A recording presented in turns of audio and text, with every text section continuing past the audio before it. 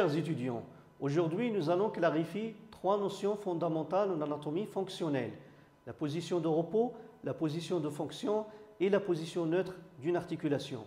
Ces trois termes sont souvent confondus, mais chacun a une définition précise et un intérêt particulier, que ce soit en anatomie descriptive, en biomécanique, ou encore en pratique et en clinique orthopédique. La position neutre, encore appelée position 0, est une position de référence. C'est à partir d'elle que l'on décrit les amplitudes de mouvement. Elle correspond à la position anatomique classique. Debout, les bras le long du corps, les paumes vers l'avant, les pieds joints le regard droit. La position neutre n'est pas la plus confortable, mais c'est elle qui sert de cadre à la nomenclature internationale et aux mesures goniométriques.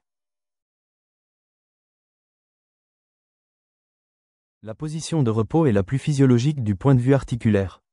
C'est celle où les ligaments, la capsule et les muscles périarticulaires sont le plus détendus. C'est la position où l'articulation se laisse aller. Exemple, pour la hanche, c'est une flexion de 30 degrés, une abduction de 30 degrés et une légère rotation externe.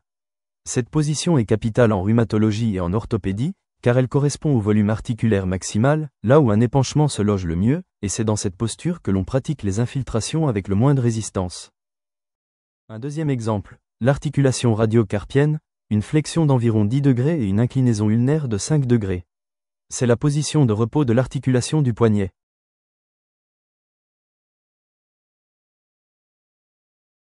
La position de fonction, c'est celle qui est la plus utile dans la vie quotidienne.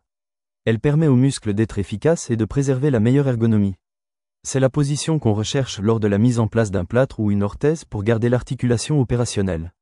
Exemple, la main. En position de fonction, le poignet est en légère extension entre 20 à 30 degrés, les doigts sont semi-fléchis, prêts à saisir un objet.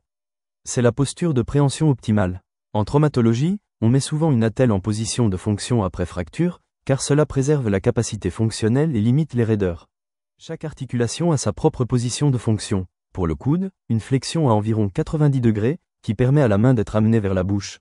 Pour le genou, une flexion légère qui correspond à la posture de marche. Pour conclure, la position de repos est la posture relâchée, thérapeutique, où les structures périarticulaires sont au repos. La position neutre est la référence descriptive, universelle, indispensable pour parler un langage commun. La position de fonction est la posture efficace, utile, qui optimise l'activité quotidienne et que nous utilisons en immobilisation. Donc 3 positions, 3 logiques différentes, mais complémentaires. Ces notions forment le socle de votre compréhension du mouvement et de la pathologie articulaire.